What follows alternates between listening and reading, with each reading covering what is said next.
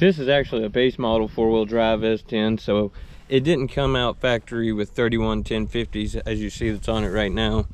You could also find those factory on a ZR2 S10, but this came factory with 235 75s, I believe. So when I switched to these 31 1050s, that raised it up some too.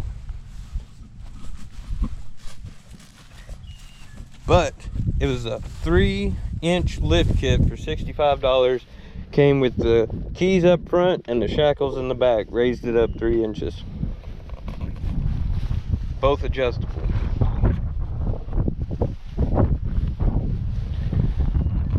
I've got a little bit of rubbing going on. Haven't even looked to see where it's at yet.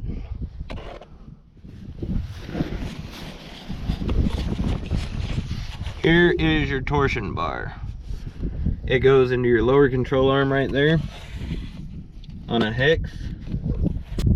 Comes up, goes over the transmission cross member, comes back into the torsion bar cross member where you can find your torsion bar key.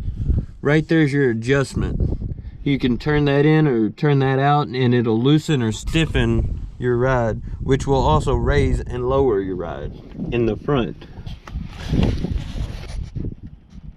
This is the factory torsion bar key.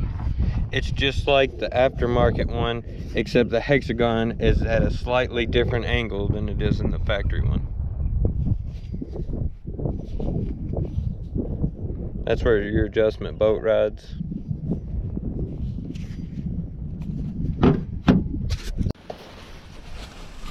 You've got these aftermarket shackles. Here's your leaf spring, here's your shackle.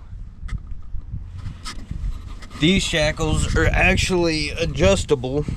You got a hole there, you got a hole there. I'm pretty sure these are on backwards, but I'm not exactly sure.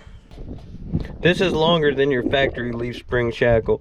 So what that does when you bolt it up is it separates the frame and the leaf spring, which raises the back of the truck however much you've got it adjusted. I've also got these air shocks, these MONROE air shocks. You put air in them, they're run on a T, they're run to each other on a T right here, and that line goes up into my cab, and when I add air to it, it raises and lowers the back of my truck depending on how much PSI is in there.